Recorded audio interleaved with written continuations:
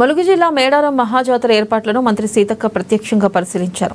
ఈ సందర్భంగా ములుగు ఎస్పీ శబరీష్ ఆధ్వర్యంలో మంత్రి సీతక్క మేడారం పరిసర ప్రాంతాల్లో బైక్పై పర్యటించి రహదారుల పరిస్థితిని పరిశీలించారు. జాతర సమయంలో లక్షలాది మంది భక్తులు తరలివచ్చే అవకాశాన్ని దృష్టిలో ఉంచుకుని ఎలాంటి ట్రాఫిక్ జామ్లు లేకుండా ప్రత్యామ్నాయ మార్గాలను గుర్తించేందుకు సూచనలు చేశారు.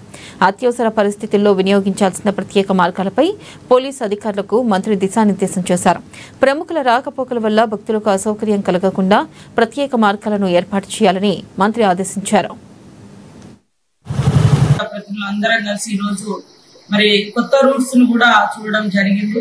ఉన్న రోడ్లను వెడల్పు చేసుకోవడం, కొత్తగా కూడా రోడ్లను ఏర్పాటు చేసి ఇరుకుగా లేకుండా ట్రాఫిక్ జామ్ కాకుండా అటవీ ప్రాంతం నుంచి ఈ రోడ్లని ఏర్పాటు చేస్తున్నాం. కొండపర్తి నుంచి మరి వయా గోనెపల్లి టు మహావీర్ ఏదైతే మన ఆర్టీసీ ఉందో ఆర్టీసీ బస్ లాగేటువంటి ప్లేస్ అక్కడి వరకు ఒక రూట్ ఇవ్వడం జరుగుతుంది.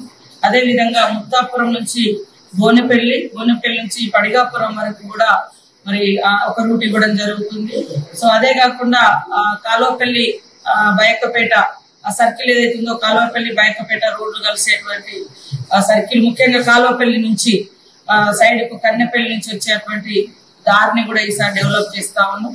అదే కాకుండా కాలువపల్లి నుంచి ఊరట్టం వరకు వచ్చేటువంటి దారిని కూడా ఈసారి బీటీతో మరి సంపూర్ణంగా కంప్లీట్ చేయడం జరుగుతుంది. అదే కాకుండా పెద్ద ఎత్తున పబ్లిక్ కూడా ఎక్కువ ఎండలో పొలాల వైపు ఉండే పరిస్థితి రాకుండా చాలా వరకు చెట్ల కిందికి డైవర్షన్ చేస్తా ఉన్నాం. ఈసారి రోడ్లు కూడా ఎక్కువ అటవీ ప్రాంతంలో వాళ్ళు కూడా పబ్లిక్ ఎక్కువ ఇంట్రెస్ట్ చూపుతా ఉంటారు. భక్తులు కూడా చెట్ల కింద సేద తీరాలి, చెట్ల దగ్గర ఉండాలని. సో అడవిదారులను కూడా ఈసారి డెవలప్ చేసుకుని మరి వచ్చేటువంటి భక్తులకు ఎలాంటి ఇబ్బందులు కలగకుండా ట్రాఫిక్ జామ్ కాకుండా భక్తులందరూ కూడా దగ్గర దాకా వచ్చే విధంగా అదే